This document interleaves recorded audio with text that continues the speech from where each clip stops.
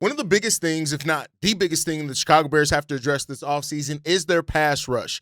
Will reuniting with a former Bear help solve that? Should the Bears go all in on the Khalil Mack trade? We're talking about those two things. Plus, several Chicago Bears get acknowledged. One is up for an award, and two of them are marked as the top 50 free agents in the NFL. We're going to talk about all that and more right after this.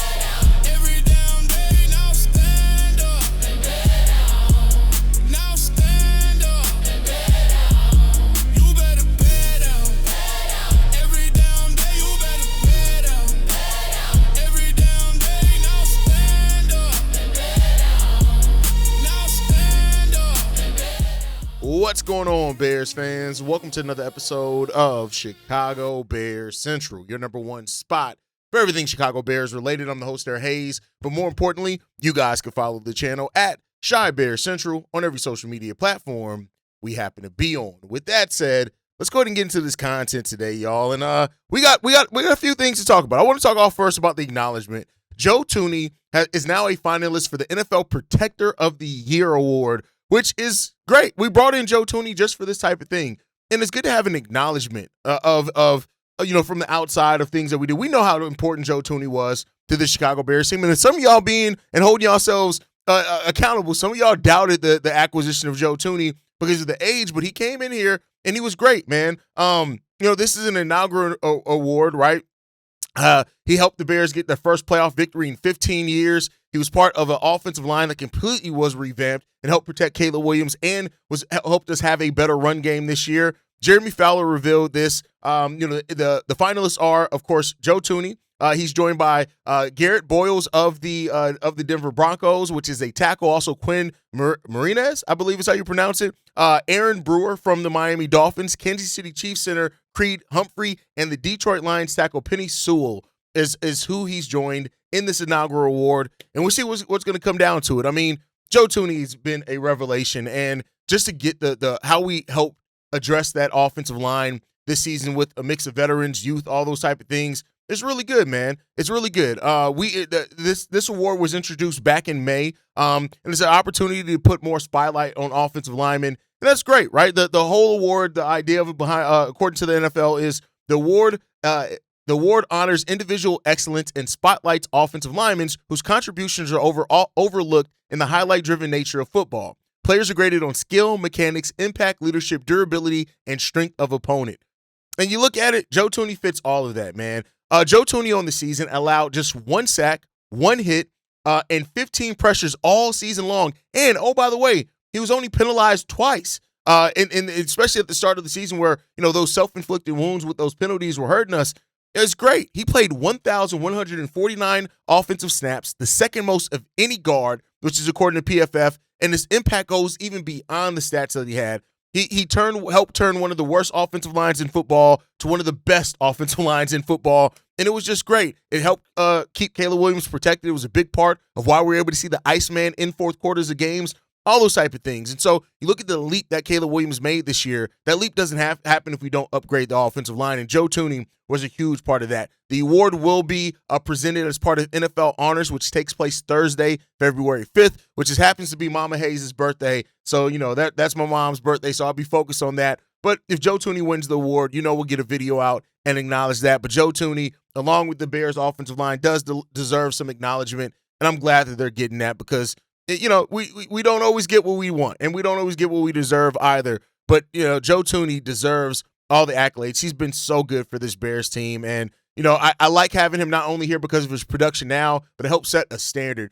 I've said it a lot of times. The Bears, while the offensive line isn't something that needs to be crazily addressed this offseason, wouldn't mind if they draft another tackle or maybe a versatile offensive lineman that can play guard and tackle, but somebody who can fill in while Ozzie Trapillo is going to miss a large part of the season. But also having guys like this that help establish a culture, establish a standard of play, because we're going to have to eventually add more offensive linemen to this young offensive lineman that could eventually take over for the older guys that we went out and got in Jonah Jackson and Joe Thuney and those type of guys. And so having somebody like that who can come in here and help set a standard for these young players, I think that's why we saw some of the performance we did from, Darnell Wright and Ozzie Trapillo and Theo Benedict for that matter, when you have those veterans on that offensive line that's seen it, that have been battle tested, it helps that learning curve and that projection curve of development. It helps stave that off a little bit and helps, get that a little bit more, a shorter timeline on the development of players. And so Joe Thuney is going to be highly important for all of that. I love to see what the Bears have done with this offensive line. Now, hey, Ryan Poles, let's go ahead and get it done with the defensive line, what gets us to our next couple of topics. So, CBS Sports' Zachary Perles examined some of the landing spots for potential top free agents, and he predicted a reuniting of Khalil Mack with the Chicago Bears, right? And he goes on to say that a signing like Khalil Mack may make more sense than like a big signing for Trey Hendrickson. Now, we know that the Bears don't have a lot of cap space, so that's a part that plays into that, I'm sure, is that the fact that you're trying to find a way to add some improvements where you need them. You're trying to find that out for sure, but you're also, you need those improvements, and you can't necessarily cheap out on it, but you only have the restrictions that you have there. And so I want to read the blurb here that they talk about Khalil Mack, and then we'll get into what my thoughts are on Khalil Mack possibly returning. He says this: Mack makes a return to Chicago, where he starred from 2018 to 2021. The Bears need juice with their pass rush without spending a ton, and Mack fits both. In 2018, Mack totaled 47 tackles, including 10 tackles for a loss, 12.5 sacks, and 18 QB hits, 6 forced fumbles, 2 fumble recoveries, and 1 interception and a touchdown, and 4 pass breakups en route to All-Pro Bowl honors, and finished second in Defensive Player of the Year, behind only Aaron Donald. Now, we all know what Khalil Mack was able to do when he was here with the Chicago Bears, right? Part of the reason why we moved on from Khalil Mack, though, was that we were moving on from veterans with pretty inflated contracts because we just weren't at a place at that point where it made sense. We were in a rebuild, those type of things. Since then, since we traded him away in 2021, over the 4 seasons that he's played for the Los Angeles Chargers, he's had 8 sacks that first year in 2022, 17 in 2023, 6 in 2024, and 5.5 last year, right? Now, there's still no doubt that Khalil Mack can still play some damn good football, right? Last season, 32 tackles, 19 of those being solo, 5.5 sacks. He had 4 fumbles forced as well. There's just no doubt that Khalil Mack instantly would have made this Bears pass rush a lot better, right? He's still a player that can do that. Now, the question is how cheap is he going to be? When you're going with an aging veteran like Khalil Mack, the benefit of is that the price per performance you're hoping is still going to be decent. Yeah, you're not going to spend a whole lot on him, but you're not expecting him to perform like a Trey Hendrickson either, right? You're expecting him to come in here and help up things, and then also maybe help develop, Austin Booker and those type of players that we have there. Maybe we draft another edge. He can help develop those guys. And so I'm not completely against it. I just don't know if that's what I want the Bears' aim to be, if that makes sense. And that's the question. There's no doubt that his time here with the Chicago Bears was great, but we're 4 years removed from that, right? And Khalil Mack was one of the first players that were moved in that roster overhaul because it made sense and it's what was needed to be done. And so I have some concerns. Now, I get it. Listen, if the Bears sign Khalil Mack as part of an overall overhaul of that defensive line, I'm not going to hate it depending on what else they do. What then do you do with the draft? Is Khalil Mack additive to some other things some other moves that you make?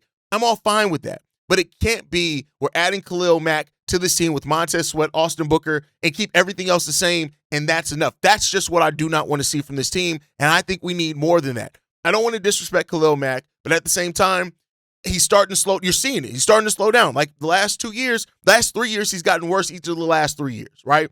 And that's what you're looking at from this. But everything isn't all the sack number. Everything isn't all what you see in the stat sheet. Some of it's pressure, some of it's consistency. The Bears had no real consistency on that defensive line. So if you're one of the people that are big on Khalil Mack potentially returning to the Bears, I'm not going to hate on you on that one. I'm not going to say that you're crazy, right, in that one. But I do think when you look at it also, right, is that does Khalil Mack even want to come back here?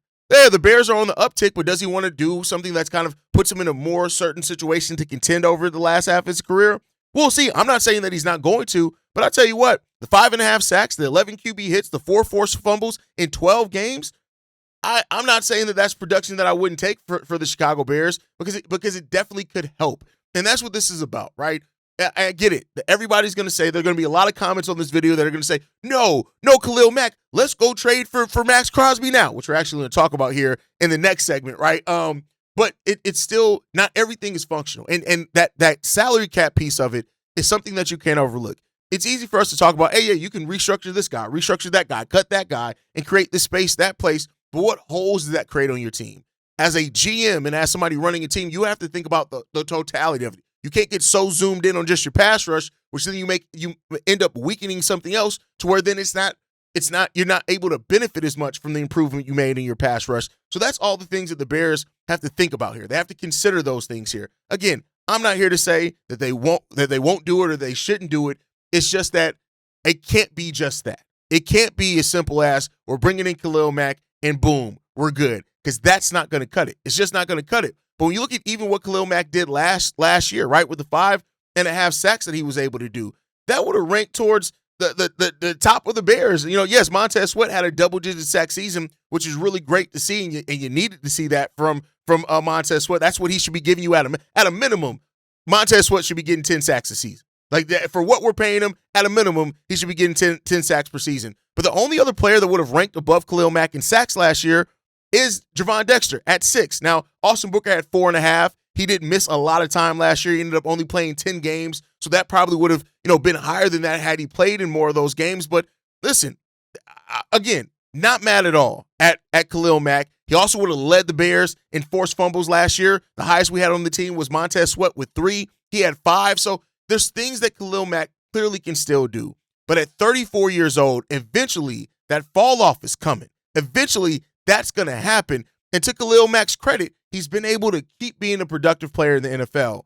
So it would come down to, what does the money look like? And then what else are you doing? Are you improving drastically your interior defensive line? Did you draft another stud defensive edge that's coming in here? And then now you have this 4 edge between Khalil Mack, Austin Booker, Montez Sweat, and the guy that you drafted. All those type of things can work out for the Bears. So I'm not here to say that it can't. It's just one of those moves that I look at it and I'm like, I don't need a nostalgic signing. I need a functional signing. That's what I need here. I need a functional signing. That's what I want here. I want something that is actually going to help us on the football field. I don't need the appearance of fixing our pass rush. I need legitimate fixes on that defensive line that helps us put quarterbacks' dick in the dirt. I know that's a phrase that catches everybody off guard when I say it, but y'all understand that when I face down, dead is basically what that means. Dick in the dirt. Put quarterbacks' dicks in the dirt. That's what I want to see, man. So, if Khalil Mack is the one that ends up helping the Bears with that, he's the one that ends up helping the Bears with that. But we don't stop there, right?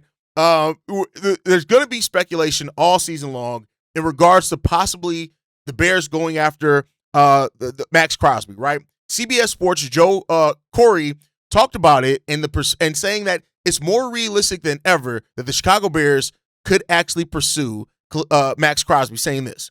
Crosby was reportedly evaluating his future with the Raiders after vehemently opposing being shut down for the season due to a knee injury ahead of Week 17's game against the New York Giants. In order for a trade to occur, Crosby likely would have to force the Raiders owner Mark Davis's hand. The Raiders briefly made Crosby the NFL's highest-paid non-quarterback last March with a 3-year, $106.5 million contract, averaging $35.5 million. Although he's had 2 years remaining on his contract, the deal has $91.5 million in guarantees, of which $62.5 million was fully guaranteed at signing. There are 4 years, $116 million left on Maxx Crosby's contract. All right, here it goes, right? There's no doubt about it that Maxx Crosby is a transformational player. You add Maxx Crosby to your defensive line, it instantly gets 3-4 steps better. Instantly. He is that level of player. That is what Maxx Crosby is in the current NFL. And players like that, if you are making a move for Maxx Crosby, you are signaling to everybody that, hey, we are not satisfied with what we did last year, and we're not just coming back to win the NFC North. We're coming to win the NFC. We are coming to be the best team in the NFC because Maxx Crosby, he elevates with a more healthy secondary. He elevates the team. No ifs, ands, buts, or doubts about it. That is who Maxx Crosby is. That is the level of player that he is. Yeah, he had 10 sacks last year. Same number as Montez Sweat. That's why you got to go beyond the stat sheet. And anybody who's typing that, I need you to go beyond the stat sheet in regards to that one. Maxx Crosby, we've seen it when we face off against us. He made the Bears offense a living hell in the first half of the game, basically by himself. That's the level of player that Maxx Crosby is. And at 28 years old, there's still a lot of gas in that tank of Maxx Crosby. The question then becomes about, A, how do the Bears trade for him? B, how do they trade for him and still create enough cap flexibility to still go out there and address some other things, unless Maxx Crosby is going to be your only signing. You're restructuring everybody and bringing everybody back, right? And then you're going to draft. And I just don't see a world in which that's what Ryan Poles does. I think he's going to want to address the interior defensive line. I think he may want to bring in some more linebacker depth with, Noah Sewell going to miss the start of the season. TJ Edwards going to miss a big chunk of the start of the season. So I love Maxx, and I know exactly what Maxx Crosby is. In 7 seasons with the Raiders, he has almost 70 sacks, only a half a sack away from 70 sacks. 4 of those seasons, he's had 10 or more sacks, and he's been to 5 straight Pro Bowls, and has been a second-team All-Pro twice. Maxx Crosby is a transformative player. When you get him, your whole entire defense transforms because that is the gravity that he plays with, and there are not a lot of players in the NFL or in the league, in any sport, that transform things as much, especially in a sport where there's so many people on the football field. To have one guy that can be that transformative, absolutely, the Chicago Bears, if Maxx Crosby is available, the Bears should absolutely be calling to see if they can get him. Now, will they be successful in getting him? I don't know. I have my doubts on that. I'm not going to act like it's just a foregone thing, because just like the Bears should, there are going to be a lot of teams that come calling or are willing to meet whatever the asking price is for Maxx Crosby because he is that damn good. But the Bears, Ryan Poles, Ian Cunningham, if he's here, whoever here. Matter of fact, if Ian Cunningham leaves and we get those compensatory picks, put all those picks towards getting Maxx Crosby, every single one of them. Find a way to get him here. Get Maxx to Chicago, right? I'm going to say that. I'm going to scream that till the cows come home. So the Bears should absolutely put their best offer forward. And if it gets him, great. If it doesn't, all right, you go back to the drawing board and you look at some other things. You can pivot to Trey Hendrickson, right? Who's an outright free agent. You can pivot to that and try to create some space to go out there and sign him. I just want to see aggression from Ryan Poles. The same way he got very aggressive about going out there and finding a way to land or fix this offensive line. I need him to be that aggressive about fixing this defensive line. And Maxx Crosby almost alone gets you a large way of the way there. Healthy secondary, Maxx Crosby with Montez, Austin Booker. I get it. People are down on Javon Dexter. I understand that. But it's like with somebody who has the gravity of Maxx Crosby, hell, Javon Dexter should be able to walk himself in the 6.5 to 8 sacks a season, right? So that's the level of player that he is. Are the Bears going to go out and get him? I'm going to admit probably a slim chance with how restrictive things are. But I need to see Ryan Poles. I hope that Ryan Poles is putting his best foot forward at the moment that things open and players can start moving. If Maxx Crosby is available, the Bears should be one of the first teams calling, and they should keep in touch with that until the trade gets done, whether it's here or somewhere else, to try to get Maxx Crosby here in the Chicago Bears uniform, because that is something that would absolutely change the trajectory of this team, period.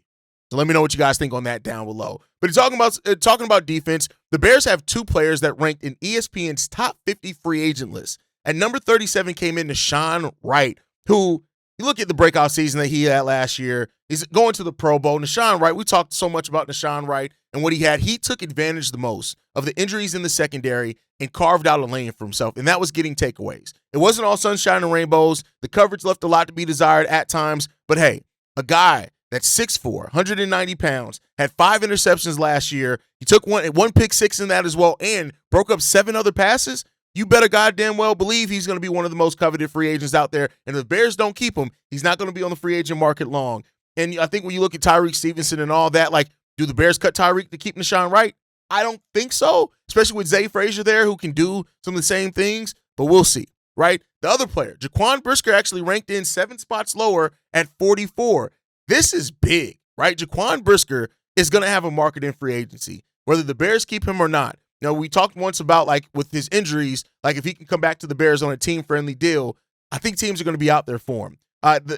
They write in this saying this: what he brings, a downhill safety who creates disruption near the line of scrimmage. Brisker played all 17 games this season after missing 12 in 2024 with a concussion. He's an alley filler who can blitz, plus he can play over the top in the deep half. In 4 seasons with the Bears, Brisker has 4 interceptions, 7 sacks, and 14 pass breakups. Listen, Brisker played his best game when it mattered the most. Teams are going to notice that. Teams are going to see the game that he had in that final game in the playoffs, and that's there. And so with Kevin Byard and Jaquan Brisker both being free agents this year, best believe somebody's going to come knocking if the Bears don't re-sign them. So, shout out to both these guys being ranked in the top 50. That's great. Nahshon Wright had a career year in a lot of ways. Jaquan Brisker had a bounce-back year for himself, considering all the injury questions that have been there and existed for him the entirety of his career. Now we got to see what's going to go out and happen with those guys. But I want to hear from you guys on this one.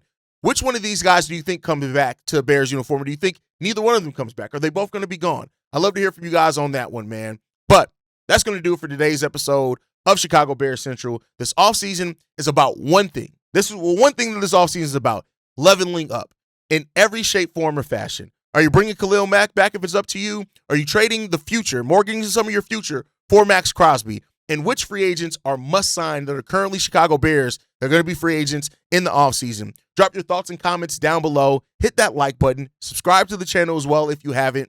Follow us at Chi Bears Central on every social media platform. You can send us any feedback, questions, comments, concerns. ChicagoBearsCentral@gmail.com. And lastly, if you want to leave a text message and our voicemail for the mailbag tomorrow, the number to do so, 773-242-9336. We are the #1 spot for everything Chicago Bears related, but that is thanks to you, lovely and beautiful people. And like I like to end every episode on, Chi-Town up, but Bear down. Love you guys. Peace, y'all. This has been a presentation of the Break Media.